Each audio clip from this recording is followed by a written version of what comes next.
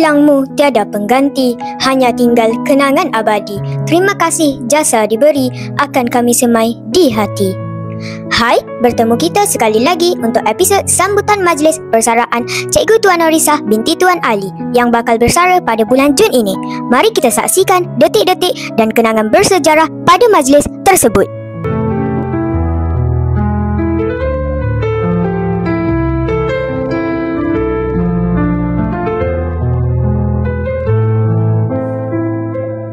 Pertemuan kita di sekolah ini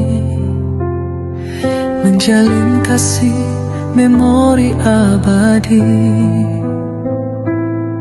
Syukur kami pada Ilahi, dikurnia cikgu seikhlas hati. Namun kini tiba masa berpisah, dugaan yang sukar diterima. Tabahlah cikgu di langkah baru, kami tetap mendoakan selalu. Kan kami utuskan salam rinduku dalam doa tulus setiap waktu.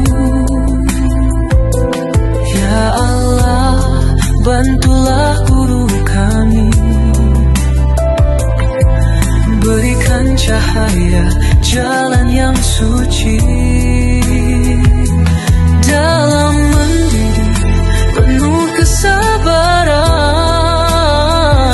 Ya Allah, tabahkan hati Cikgu Norisah di atas perpisahan ini. Cikgu, pedihnya rasa di hati bila detik ini telah terjadi. Suka duka dalam perjuangan telah kita harungi dengan keikhlasan.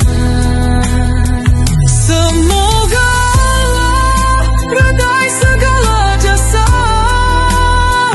persahabatan dan ilmu yang cikgu ajar.